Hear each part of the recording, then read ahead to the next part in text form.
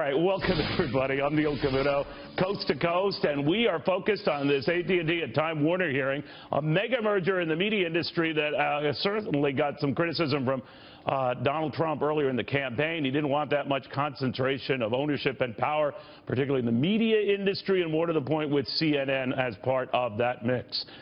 Meanwhile, Apple supplier Foxconn is in talks to buy SoftBank, itself investing in the United States. Remember, Foxconn also behind making all those Apple iPhones in China, and Apple has already telegraphed, you know, we might be open to making more of them in the United States. So the whole world bows to the president-elect, it seems.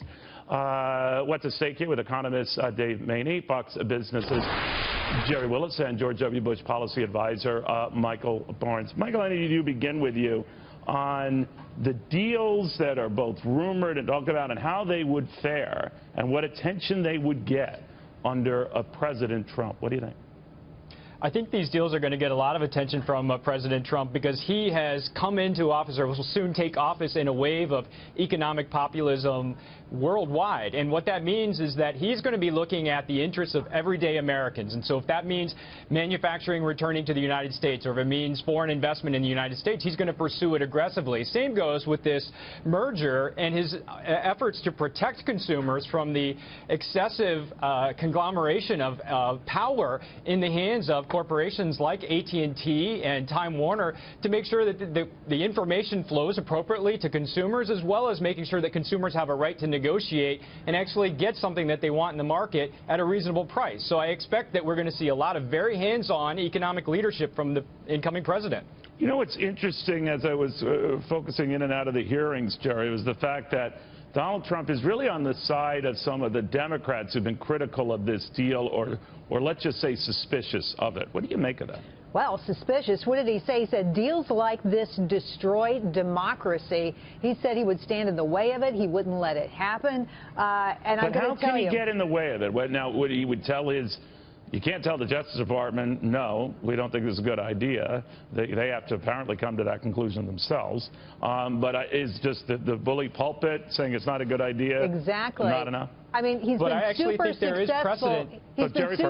He's been super successful at convincing companies to do what he wants. It's been astonishing. He's not even in office yet, and he's already gotten carrier jobs reinstated, 50,000 jobs from SoftBank, another 50 possibly from Foxconn. This is big-time stuff.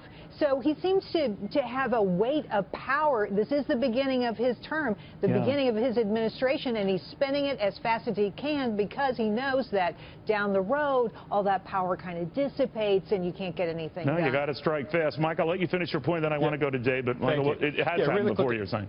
I think this choice of Attorney General, as well as the attorney in the DOJ who will take on antitrust matters, as well as FTC appointments, will make a difference. And there is precedent for the president to be able to make a difference in matters like this, with the initial split up of AT&T during the Reagan administration and pursuing litigation that had been on hold for about 6 years. That's a very good point. You know, Dave, the other issue here is whether Donald Trump will be a friend or foe of business. Some like his low regulation stance, his idea to cut taxes. They all love that.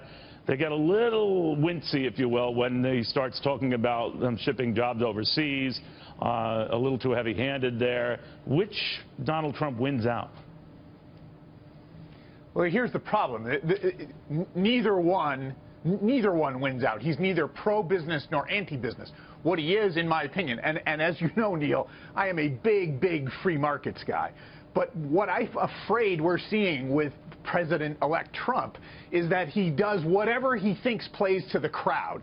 This notion that this stuff that's gone on this week has somehow been big-time stuff, that some Japanese magnate says, I'll invest $50 billion, I'll create 50,000 jobs. Sure. Let's check in a year or two and see what's actually happened. I think, like, talk is incredibly cheap. And all we're getting is talk, and in my opinion, none of it is based on solid, fundamental free market economics. It's based on what do I think people want to hear today. All right, well, there might be talk, but Gerri, there was a tangible result in the case of Carrier with these, well, you buy what the company and the union is saying, 730 jobs or up to 1,100 jobs. Bottom line, jobs that would have gone, all of them, to Mexico. Now, you can argue about future jobs and whether they're in peril there. But he did extract that. Now, some would say that's slippery slope. Be careful what you wish for. But what is your read on the people you talk to? What are they saying about how he's extracting these concessions? Well, how he's extracting these concessions in large part is no different from what state and local government officials have been doing for 20 or 30 years, and that's promising tax advantages, tax benefits to staying. This has gone on forever. So to act like this is, oh, this has never happened before, that's just silly. Well, I guess the difference here, is done. I understand, but Michael, the difference here is that it's going from the very tippy top, right? It's coming from the President of the United States, who encouraging those to do anything and everything to make companies stay. So my immediate reaction that just as an American who wants to see American jobs protected is, what is wrong with that? What is wrong with that? Well, Trump is setting the tone for his administration, and there's nothing wrong with that, especially if we look at some of the greatest stories and some of the greatest presidencies in the United States. We had Lincoln, then we had Teddy Roosevelt and Reagan, who all used the power of the federal government to look after the individuals, the consumers, and that has made a big difference in their legacies, and it's an appropriate use of the federal government. Laissez-faire economics got, in its plainest libertarian sense, got 3% of the popular vote.